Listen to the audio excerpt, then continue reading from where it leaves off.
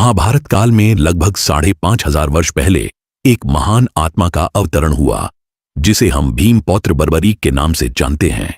महिसागर संगम स्थित गुप्त क्षेत्र में नवदुर्गाओं की सात्विक और निष्काम तपस्या कर बर्बरीक ने दिव्य बल और 3 तीर व धनुष प्राप्त किए।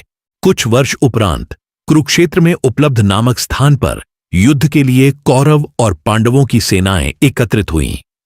युद्ध का शंखनाद होने ही वाला था कि यह वृतांत बर्बरीक को ज्ञात हुआ और उन्होंने माता का आशीर्वाद ले युद्ध भूमि की तरफ प्रस्थान किया। उनका इरादा था कि युद्ध में जो भी हारेगा उसकी सहायता करूंगा। भगवान श्री कृष्ण को जब यह वृतांत ज्ञात हुआ तो उन्होंने सोचा कि ऐसी स्थिति में युद्ध कभी समाप्त नहीं होने वाला। अतः उन्होंने ब्राह्मण का वेश धारण कर बर्बरीक का मार्ग रोककर उनसे पूछा कि आप कहां प्रस्थान कर रहे हैं। बर्बरीक ने अपना ध्येय बताया कि वह कुरुक्षेत्र जाकर अपना कर्तव्य निर्वाह करेंगे और इस पर ब्राह्मण रूप में श्री कृष्ण ने उन्हें अपना कौशल दिखाने को कहा।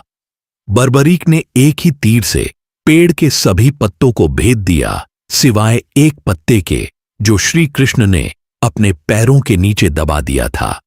बर्बरीक ने ब्राह्मण रूपी श्री कृष्ण से प्रार्थना की कि वह अपना पैर पत्ते के ऊपर से हटाए, वरन आपका पैर घायल हो सकता है। श्री कृष्ण ने अपना पैर हटा लिया व बर्बरीक से एक वरदान मांगा। बर्बरीक ने कहा, हे यजमान, आप जो चाहे मांग सकते हैं, मैं वचन का पूर्ण पालन करूंगा। ब्राह्मण रूपी श्री कृष्ण ने शीश दान मांगा। यह सुनकर बर्बरीक तनिक भी विचलित नहीं हुए, परंतु उन्होंने श्री कृष्ण को अपने वास्तविक रूप में दर्शन देने की बात की, क्योंकि कोई भी साधारण व्यक्ति यह दान नहीं मांग सकता। तब श्री कृष्ण अपने वास्तविक रूप में प्रकट हुए। उन्होंने महाबली, त्यागी, तपस्वी वीर बर्बरीक का मस्तक रणचंडिका को भेंट करने के लिए मांगा और साथ ही वरदान दिया कि कलयुग में तुम मेरे नाम से जाने जाओगे, मेरी ही शक्ति तुम में निहित होगी।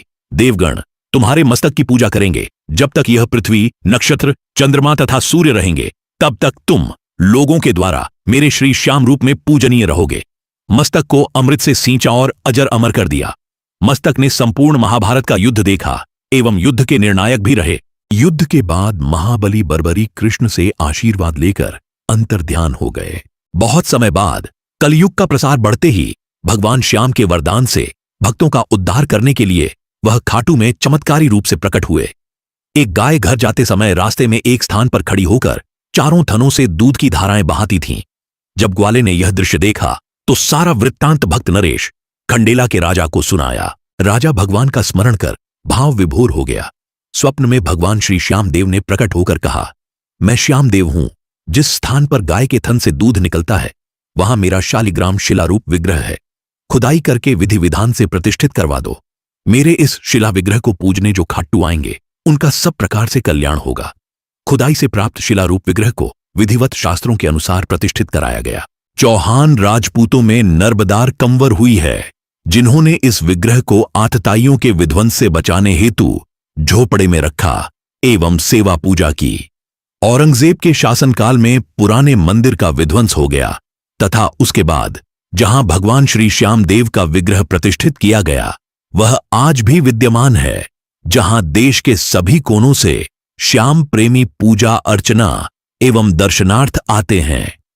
अब नर्मदा कंवर के खानदान के ही चौहान राजपूत पुजारी हैं।